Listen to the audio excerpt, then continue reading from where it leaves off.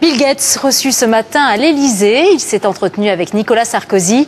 Pour beaucoup, il n'est que le fondateur milliardaire de Microsoft, mais il a également créé une fondation pour venir en aide notamment aux malades du sida et du paludisme. Une fondation créée en 2000 qui emploie aujourd'hui près de 900 personnes. Julien Dupéré et David Fossard.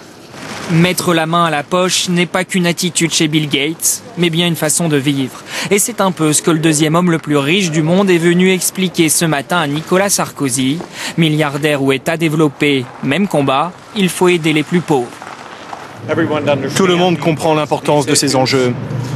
Nous avons parlé tous les deux des initiatives d'aide internationale, comme UnitAid, qui achètent des médicaments, et de ce que nous pouvons faire de plus. Toujours plus, avec plus de moyens. À 56 ans, Bill Gates est à la tête de la plus riche fondation du monde.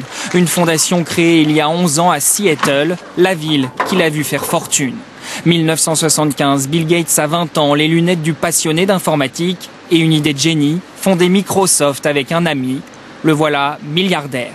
Sauf que trôner en tête des magazines des richissimes du monde ne l'intéresse pas.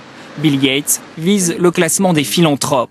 Avec sa femme et sa fondation dotée de 34 milliards de dollars, il multiplie les programmes.